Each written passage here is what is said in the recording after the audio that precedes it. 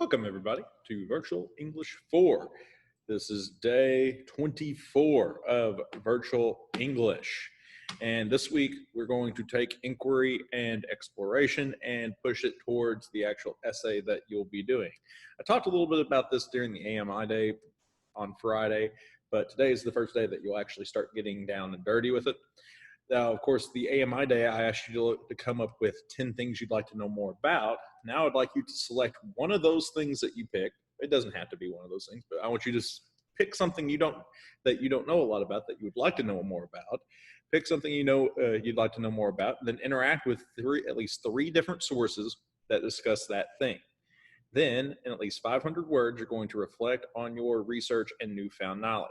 Now, to kind of highlight how this is going to work out, today, tomorrow, and Wednesday, so Monday, Tuesday, Thursday, or Monday, Tuesday, Wednesday, we are going to be interacting with sources. You're going to pick a source, you're going to read it, and you're going to fill out a source worksheet, and then you're going to submit me that source worksheet, and that will show that you interacted with the source, and I'll talk about how to do the source worksheet here in a second.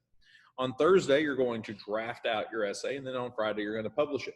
If you were a face-to-face student, on Friday, you're going to be doing a survey on top of publishing that the school wants us to do. Virtual students, I don't know how to do the survey with you, and honestly, I don't think the survey is that important. So it's a survey. It needs to be done. It helps the school and with stuff and whatnot, but it's not the end of the world if you don't do it.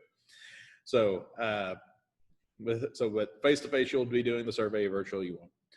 But that's the plan. Monday, Tuesday, and Wednesday, you're going to interact with sources.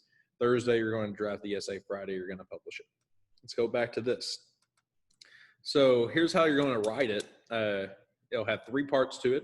The first part one, you're going to establish your prior knowledge. What did you know already about this subject before you started researching?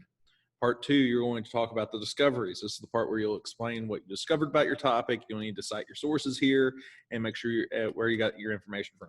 Remember, whenever you are citing sources and whatnot, most of the time you'll be paraphrasing or summarizing. You won't be doing direct quotes. So you just need to make sure you give credit where credit is due, where you got that information from. And then part three is your reflection. In this part, you'll reflect on what you learned. Did you find anything particularly interesting? What resonated with you? Where do you think your thinking/research will go from here? So that is the kind of bigger overarching thing we're going to be focusing on this week.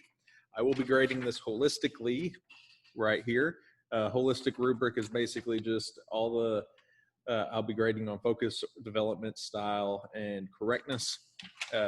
Nothing super crazy with that. Just make sure you focus in on your subject. You have good organization. If you follow that, you should have decent organization. Try to have like a engaging hook, a good conclusion that wraps everything up. Development, show that you actually, here's what I learned, and give credit where credit's due, and make sure you have good style and correctness. Here is the actual thing that you'll be doing today, tomorrow, and Wednesday. This is the research worksheet. Here at the very top, if you're a virtual student, you'll probably need to do this on a piece of paper, which is fine. At the very top, though, you put your topic. You list out the things that you think you might find. This is where you establish your prior knowledge. This is what I already know about this topic. That's what you're doing right here. Here's what I already know about this topic. Then you tell me what you found after reading the thing. So first you establish, here's my topic. Here's what I think the topic might consist. Here's what I actually found after reading it. Then down here, you'll provide the citation of where you got it from. You can use EasyBib, any of the particular citation sources that you can go with. So let's say that I was to do this. One of the things that I'd like to know more about, I'm a teacher, of course, so it's more teachery based stuff. But one thing I'd like to know more about, it would be, we'll go one that's not teachery. I'm going to talk about HBO at Max. So I would like to know more about HBO Max. So I put HBO Max right there. What I think I might find. So I know HBO Max is a streaming service.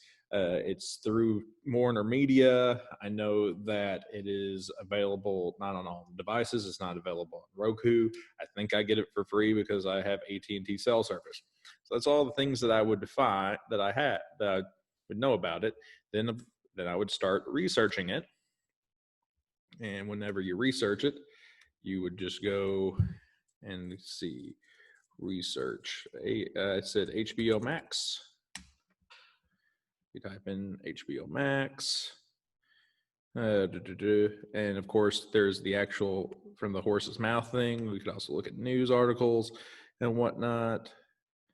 Here we go, Variety talking about HBO Max. All right. And basically, I just read through this and find out what this particular article has to say and what new information I found out about HBO Max. And of course, I would cite the article properly. That's all you have to do. All three sources are due on Wednesday. So you have until Wednesday to do your 3 sources. The plan in class face-to-face is today you do a source, tomorrow you do a source, and then Wednesday you do a source. 3 is the magic number when it comes to that type of stuff, proving something. And then on Thursday you start actually writing this essay.